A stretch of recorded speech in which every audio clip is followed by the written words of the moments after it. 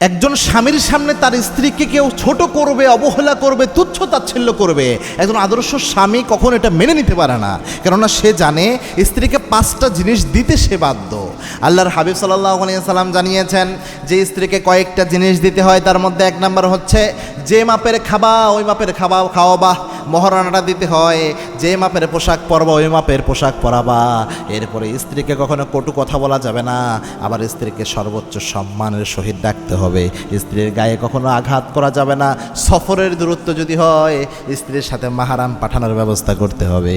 স্ত্রীকে কটু কথা বলা যাবে না, খারাপ কথা বলা যাবে না, এবং কেউ বলবে এটাও সে সহ্য করতে পারবে না। কেননা একজন স্ত্রী যখন স্বামীর কাছে আসে পুরো জিম্মাদারিটা কবুল বলার সাথে সাথে স্বামীর উপর চলে যায়। স্ত্রীর সম্মান রক্ষা করা স্বামীর উপর দায়িত্ব, আবার স্বামীর সম্মান রক্ষা করা স্ত্রীর দায়িত্ব। এজন্যে কোনো স্ত্রী কখনো এটা করবে না যে তার স্বামীর সম্মান নষ্ট করে। অনেক মহিলা রয়েছে স্বামীর বদনাম নিজের বাপের বাড়ির কাছে কয়ে নে স্বামীর সম্মানকে নষ্ট করে, এরা একসময় নিঃস্ব হয়ে যায়। এটা কখনো করবেন না প্রিয় বোন। আবার অনেক স্বামী আছে স্ত্রীর বদনাম নিজের পরিবারের সামনে বলে, এটাও কখনো করবেন না। মনে রাখবেন আল্লাহ রাব্বুল আলামিন বলছেন হুন্না লিবাসুল লাকুম ওয়া আনতুম লিবাসুল লাহুন্না। স্বামীরা হচ্ছে স্ত্রীর পোশাক, স্ত্রীরা হচ্ছে স্বামীর পোশাক।